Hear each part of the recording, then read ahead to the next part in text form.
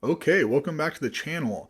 At the end of the video, that's where the posing routine's at. It's the last 2 minutes. If you guys want to skip ahead of that and watch that, that's great. If you want to stay and check out the whole remainder of the video, that's cool too. So in this video, we're actually just going to kind of, I guess, recap a little bit on the last 12 weeks since this is the last Friday and the last posing routine of the cut. So I actually bought a body fat caliber to see, like a skin fold caliber to see what my body fat percentage was. Now, I didn't do it the beginning of the 12 weeks, but I just did it tonight. And my body fat percentage tonight actually came out to 16% is what it actually says.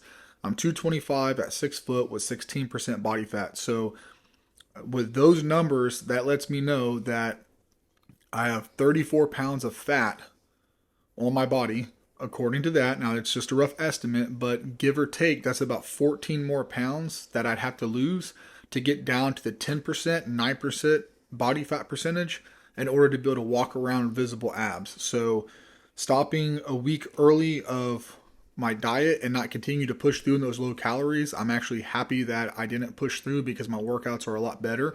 And I actually feel like I look leaner now than I did on those very low calories because I guess my muscles are more full and they're more like, I guess, rounded over looking and they look more dense because all the carbohydrates in them. So it actually, to me, they look better than what they did. And my abdominals actually look better because the last week I couldn't even see any definition anywhere in my stomach in any kind of lighting any time of day.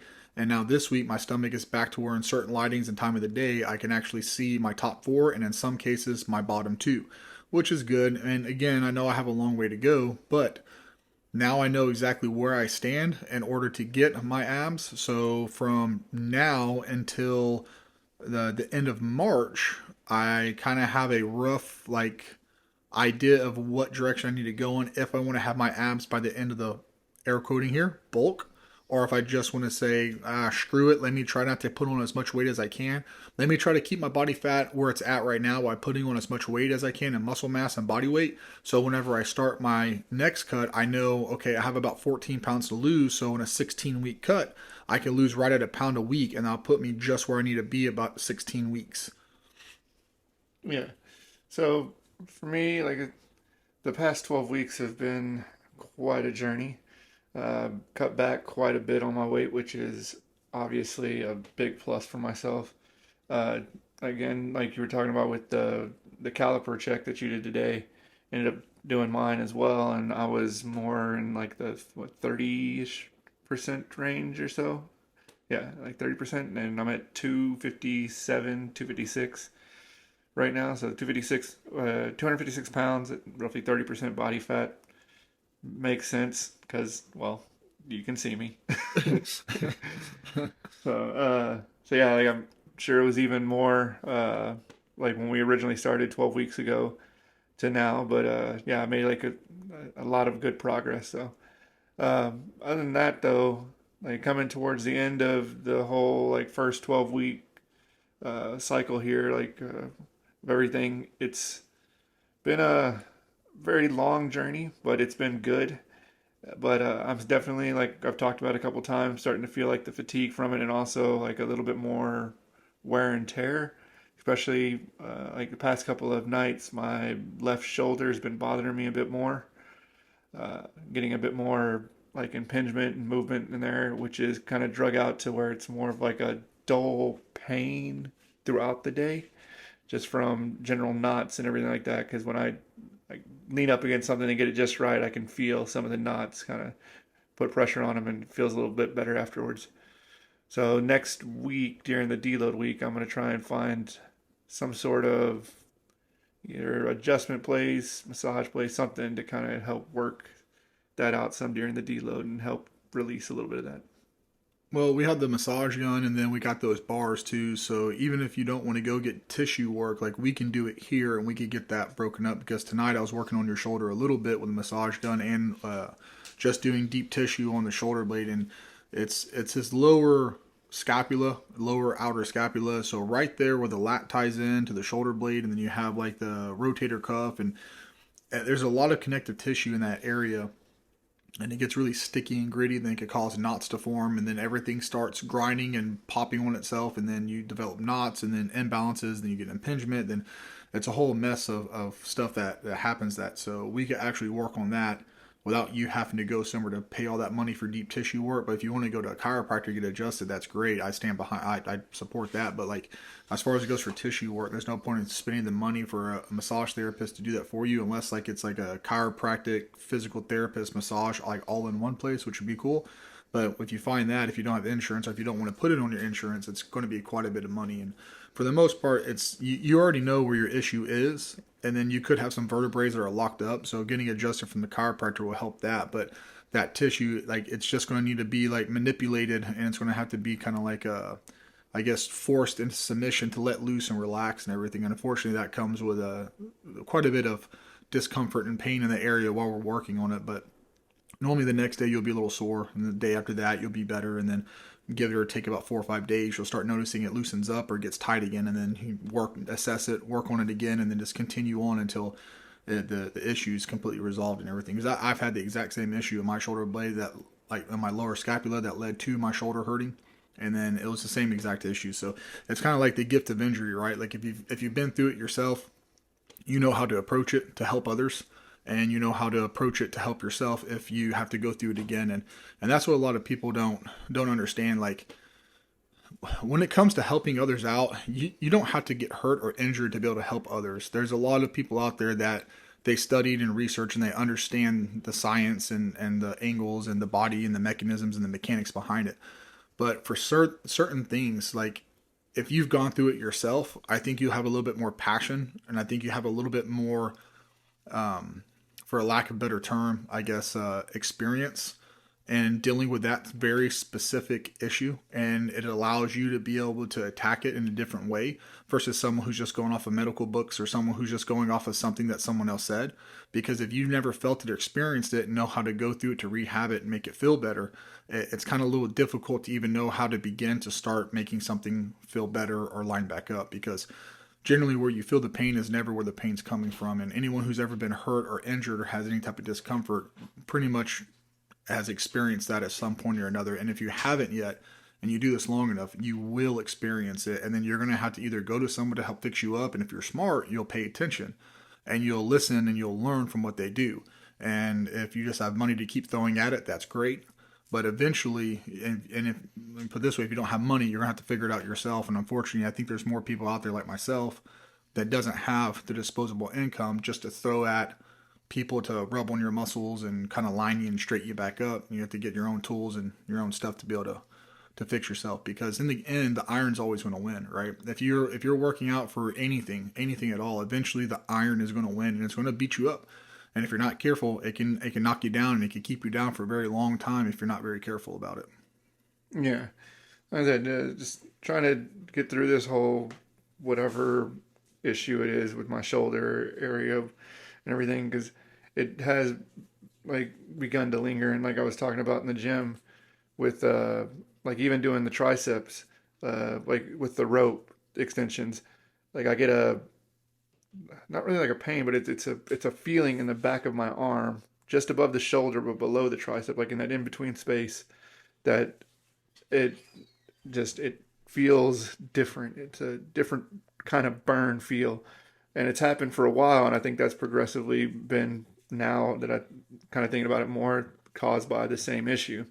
It was just trying to tell me something, and I wasn't listening like clearly enough at the time. So yeah. Yeah, it's when people sit there and they say, like, listen to your body, listen to your body. But if you've never had to listen to it before, it's kind of hard to tell what to listen to.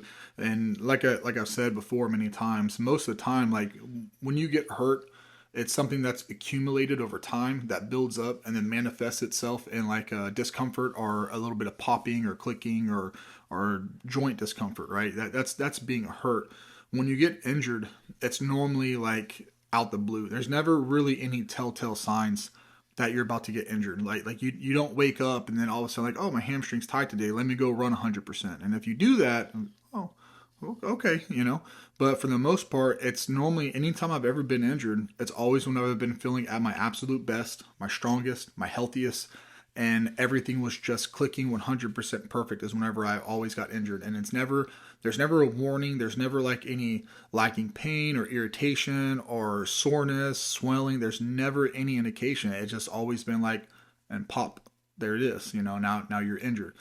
So, like I said, there's a difference between the two, definitely, and then knowing how to approach injury versus being hurt. And there's two different ways to go about it.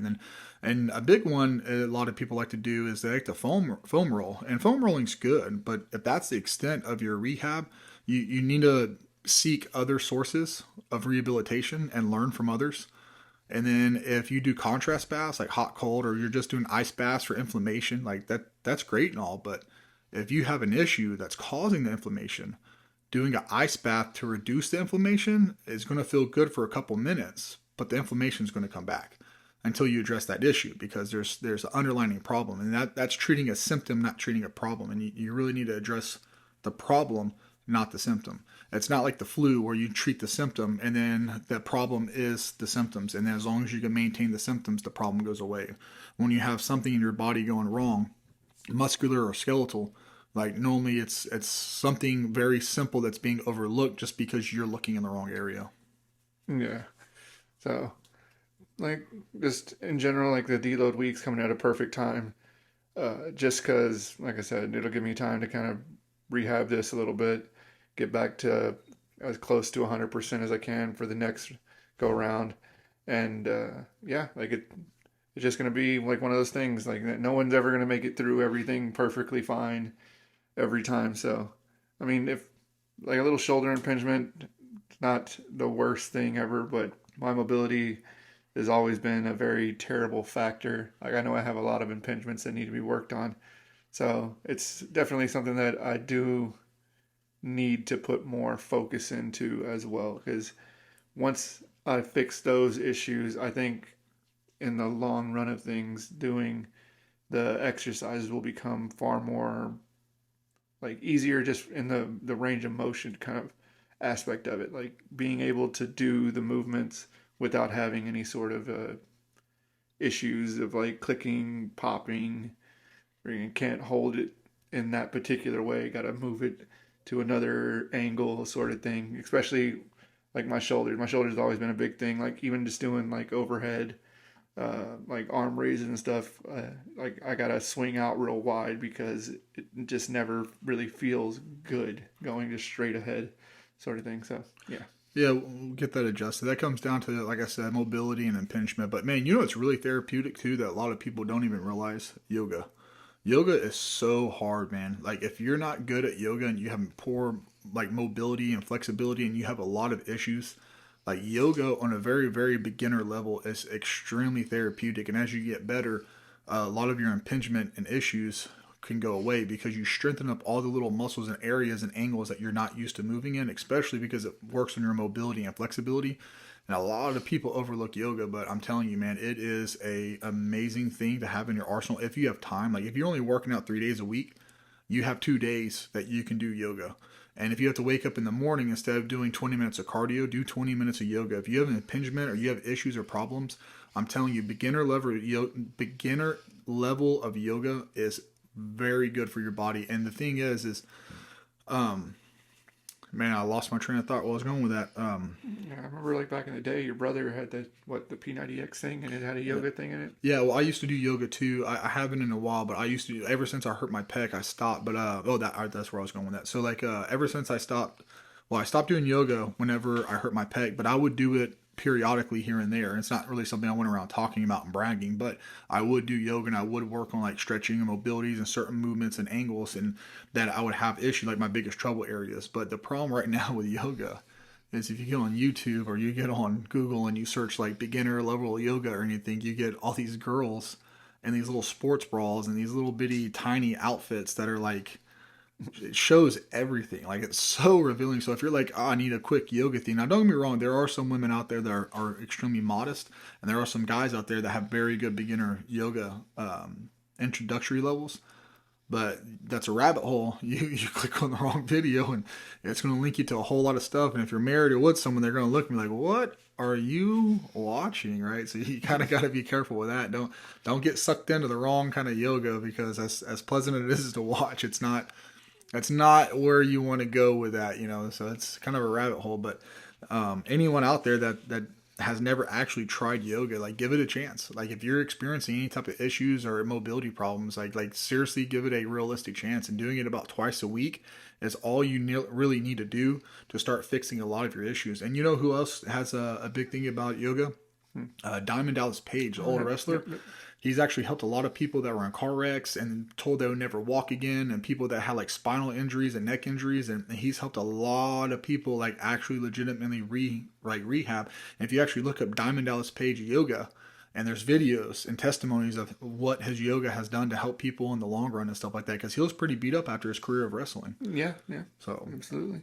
Yeah, you see videos on him quite a bit. So, yeah, maybe it's something I can even look into. Probably need a bunch of yoga blocks to get through it, but it'd definitely be worth a shot.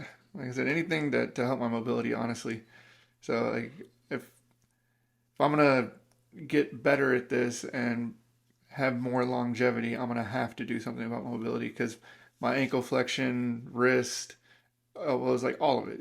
It's horrible. But again, it's 38 years of not doing it. and you know what we need to do? We need to get a shed. Like you know, unfortunately, like I have my tool shed that I use to do woodwork, that I use for woodwork and stuff like that. And if I didn't use woodwork in there, I'd say we should turn that into like a little yoga studio and like a little like a recording studio. So when we do these voiceovers, we could have like a soundproof room that's quiet that we can do this, and then also we could have like a little hot sauna. You know, like a little sauna studio for stretching. You get a bunch of stretching equipment, like the inversion table and stuff like that, just for rehab, like the bars and everything that we do for rehabilitation, that we do for like prehab and everything. We could put in there and just turn that into a straight like recovery room and stuff like that. It would be kind of cool to do, but we'd have to get a shed and more equipment, which I'm not opposed to getting more equipment. Or a second story on the garage gym. Yeah, that would be the goal. That would definitely be the goal. But I think a shed would be cheaper at this given point than a whole second story with a garage. Yeah, more than likely. Yeah. But I'm not opposed to that idea. But that's going to be later down the road, because I have been wanting to put a second story over it. But like I said, it's just one of those things where I have other priorities that have to get taken care of before I can start spending money on that kind of stuff. Yeah, get the second story on there, and then you have plenty of room for the Smith machine. Yeah, and that preacher curl machine that we talked about. Yeah, yeah. And that high ISO rower. Mm-hmm. All right. The ISO rower. Incline bench press. Yep, an incline bench. An actual decline bench. Like one that you can actually hook your legs and do decline on. Yeah. There's so much more equipment out there that I want to get. Hashtag life goals. Yeah, there's so much more equipment out there I want to get, man. Oh, a side lateral machine. A dip machine. Yeah. Just a couple to name off. We would fill that upstairs really quickly by the time we got done. Like if I end up taking like a second mortgage or a loan to put a second story in the garage, I'm gonna take one big enough to get all the equipment while I'm at it and be like, oopsie whoopsies, and there goes $100,000. So that'd be really quick to burn up. So, but I think we're kind of rambling here now. I think that's going to be it for me on this one. Is there anything else you want to add? Good for tonight. All right. Well, hey guys, we appreciate you watching. If you've made it this far in the video, if you want to go ahead and leave a like, we'd appreciate that. If you're a regular watcher and you've been checking out the content and you like it, if you haven't subscribed yet and you'd like to subscribe, we'd appreciate that. If you don't want to subscribe and you don't want to like, it's as simple as don't do it. But until next time. Yeah. Later.